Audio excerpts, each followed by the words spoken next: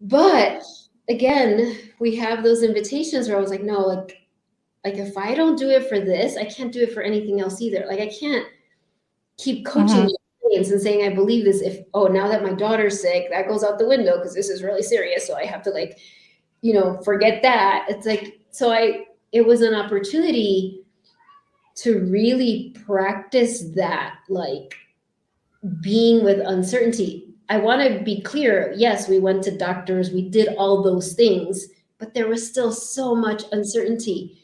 And I had to like decide. I think we have free will for a reason, and our intention is so powerful. So even just setting the intention for me, Mm. I will be here with the unknown. I want to know she's going to be okay. I want to know she's going to get through this and be fine. But I know I don't know that. And like I can't even know what the highest solution of this would be. Like I think I know Yeah. it's free, but I don't know. And so Yeah. that so I do think there is something about the courage to say I'm willing to be here with the uncertainty. I think from there a lot Mhm. of other steps start to come forward. But Mhm. it's that first one of just being like, Mm.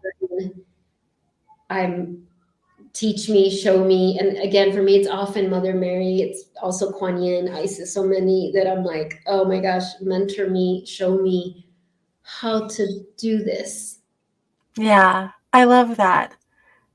It's it feels like you're saying it's almost this juxtaposition. It's this brave step, and there's a certain huge strength in it. At the same time, there's ultimate humility in it as well, because we get to recognize that our human brain, we can only see a speck, a little tiny portion at a time, right? And we don't have the full view, even though we can connect with it and we can feel the assurity of it. Like for me, when you were talking, what came to my mind is that, you know, one of my big truths, I guess you could say, that flows through me is that love is everything, and love is here, and love is simply wanting to manifest in so many ways. And we start to get to decide how that does, but also when it doesn't look like love or feel like love, we can ask how it is, right? Like we can say, how is love showing up here now? Maybe it's in a way that we we would have bypassed before, we wouldn't have seen before. Maybe it's in the compassion of a neighbor. Maybe it's in us coming to understand and have more gratitude for our bodies and the health that we have. Maybe it's us knowing more about our bodies and being able to connect deeper with them and develop more of a partnership for our health, like things that we would have bypassed before. But it's like we're in this experience for the experience, because to me the experience itself is so unique, and it's like this seed of love, this ball of love, right? And the only way we can really know what it is to enter into it and like really taste it and have it be our bodies and have it be our actions and have it be our words, and us to struggle through figuring out what is the way of love in this situation.